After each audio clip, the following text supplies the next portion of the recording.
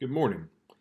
Historian James Parton in 1874 said, "If Jefferson was wrong, America is wrong. If America is right, Jefferson was right." However, from my perspective, it simply isn't as neat as all that. The fact is that Jefferson doesn't belong in what some would call the pantheon of American heroes, as some historians have described it, not because he isn't a great hero, as some historians might have recently suggested, but simply because as a Christian historian, I don't believe we should have a pantheon. Pantheon speaking of the gods of the people. The fact is, Jefferson was not a god; he was a man. Uh, Being a man, as we as Christians believe, Romans 3:23 tells us, "For all have sinned and fallen short of the glory of God." You'll find that in the English Standard Version translation of the Bible.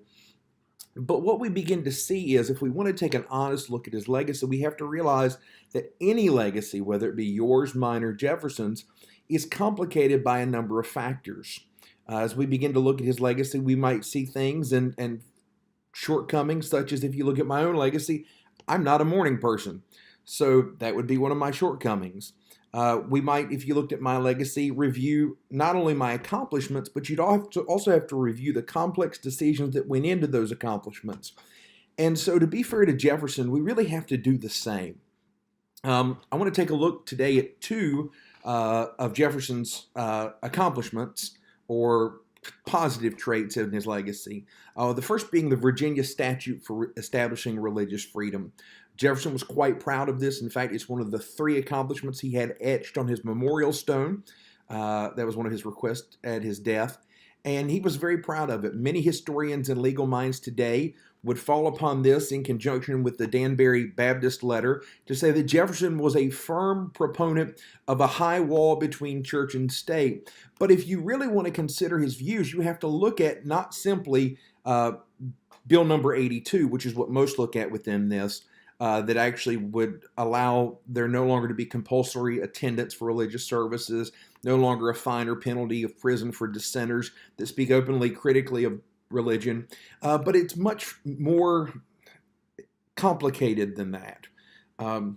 We look at it, we begin to recognize that within the same bill, this Virginia statute for establishing religious freedom, Bill number 84 protected clergy from arrest during their worship services. But it also imposed fines on folks that ran businesses on Sundays.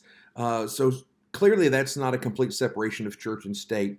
Bill number 85 allowed the governor to call for public days of fasting or proclaim days of thanksgiving and required ministers to preach messages geared towards those themes in their pulpits or face a fine. Clearly not a separation of church and state. Jefferson's own record when he was governor, he called for days of prayer and fasting. In fact, what we would see is that he was opposed to a federal endorsement of religion, but he was not opposed to it on a state level. So to say that he had this high wall between church and state is not accurate. So we have to look at the complex factors there to get his own accurate views on religion and state. Another complicated issue for Jefferson is the issue of slavery. Jefferson spoke openly and publicly in opposition to slavery. In fact, he had a few legislative efforts to try and get it taken off the books or try to make it illegal. We would even see his phrase, "all men are created equal" in the Declaration of Independence, which we revere, runs counter to his own history.